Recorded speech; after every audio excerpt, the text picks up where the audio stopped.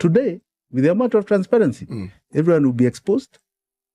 And literally, the recommended charges, we will end up seeing people in jail. So, for example, in the last 10 years, the years that we had done the audit under the Uhuru regime, right? The budget only approved 2 trillion for loans, but they borrowed 6.4 trillion, which means over 4 trillion above what was approved. This current government, in the last 1 year, the borrowings that are on the budget are 351 billion shillings. Foreign and external loans. William Samoei Ruto has gone to borrow 1.8. Right? Which is roughly 1.5 trillion above what is in the budget. Who gave him that permission? Who gave the Treasury that permission? And anything you do not do that is lawful means that you are doing criminality. You're doing criminality. And I said very clearly here, we did a primary balance from year July 2013 all the way to June 2023, 10 years. What was the development expenditure? 6 trillion. 6 trillion, they were only going to borrow 2 trillion for that development, by the way, in those years. So 6 trillion. Higher. You take a county, how much was it? Salaries of all government. Yep. Pensions.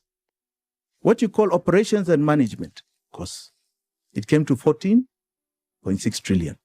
That is an exact number. Without payment of debt. Okay. So you remove the payment of debt. It's called primary balance. Okay. Then you say, what were the actual tax revenues from KRA? At the close of every financial year, so from July 2013 all the way to June 2023, 10 years. Yeah. They came to 13.3 trillion. That is tax revenue. Tax revenue. Yes. So what is the difference there? 1.3 trillion. Bro. That was our deficit. Yeah, for 10 years. What we are saying, William Ruto has borrowed in this last 1 year outside of the budget. Is the deficit? Is the deficit for 10 years. Now, what did we borrow in those 10 years? 7.7 trillion. So we borrowed 6.4 trillion above what we needed, which is a deficit for the next 10 years.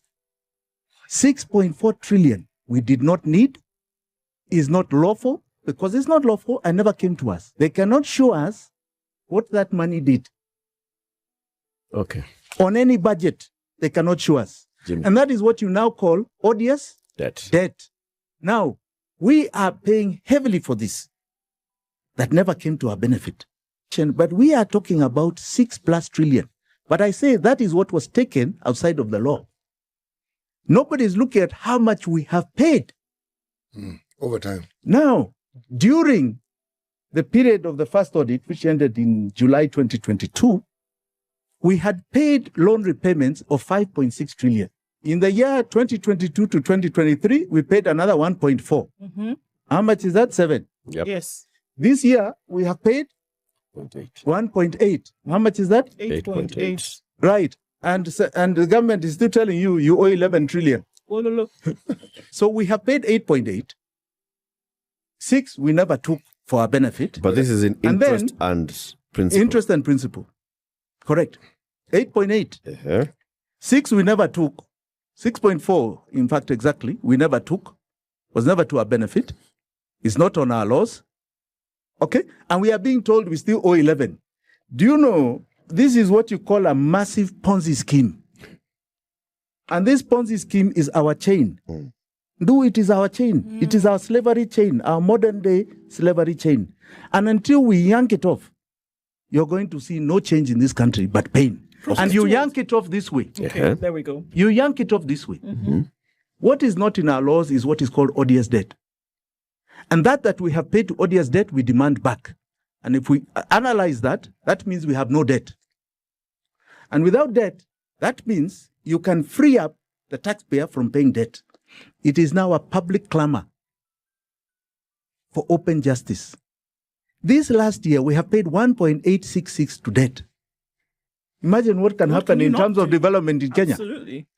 What miracle can we not have here? To do a level 6 hospital is about 10 billion. You put one in every county. You imagine the amount of roads. To do 10,000 kilometers of road would mean what? You'll pay all your Nobody doctors. here will not need this free housing, this housing fund nonsense. Right? People here will never even live in mud huts. Right? And the stimulus it will create, the catalyst it will create to this economy. You will see this jobless, unemployed. Okay. You will be amazed with the figure. So today, with the amount of transparency, everyone will be exposed.